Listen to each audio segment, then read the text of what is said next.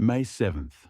Thunderstorm clusters and heavy rain are the primary operational concern today from the lower Mississippi Valley into the southeast, while a separate frontal zone and tightening gradient bring convective turbulence and wind shifts from the Central Plains into the Great Lakes.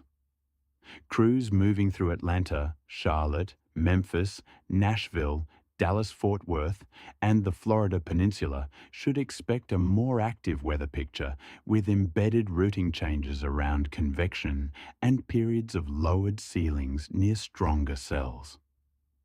Along the west coast, the pattern is quieter overall, but marine layers and terrain-driven wind fields continue producing localized IFR and turbulence concerns around the coastal terminals and mountain corridors.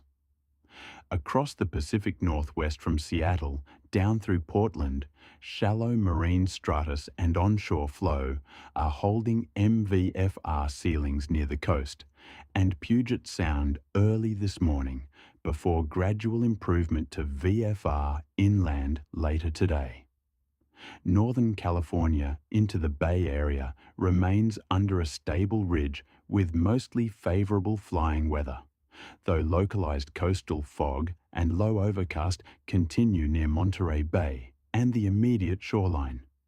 Southern California stays largely VFR, but afternoon sea breeze strengthening and thermal mixing over the Inland Empire and desert approaches may generate moderate low-level turbulence east of the coastal basins. Through the southwest and Four Corners, dry southwest flow aloft is maintaining widespread VFR, although gusty surface winds around Albuquerque, Flagstaff, and the higher terrain of Utah and Colorado will continue producing mountain wave activity and pockets of mechanical turbulence downwind of the ridges. The more operationally significant weather begins from West Texas into Oklahoma and Kansas, where a frontal boundary interacting with rich Gulf moisture is sustaining scattered thunderstorms and unstable air along the southern plains. Dallas-Fort Worth may see convective buildups redevelop near the Metroplex through the afternoon, with occasional hail cores and outflow-driven wind shifts complicating arrivals and departures.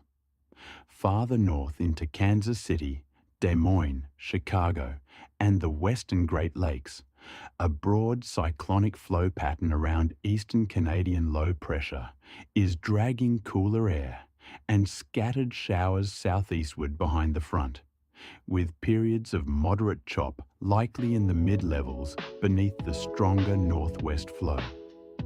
Through the Ohio Valley and Mid-Atlantic, expect broken cloud decks, scattered showers, and occasional embedded thunder near frontal convergence zones from Indianapolis and Cleveland east toward Pittsburgh, Washington, and Philadelphia. New York and Boston remain largely on the cooler side of the system today, with variable ceilings and brisk northwest flow behind the boundary, though widespread severe weather is less organized there than farther south.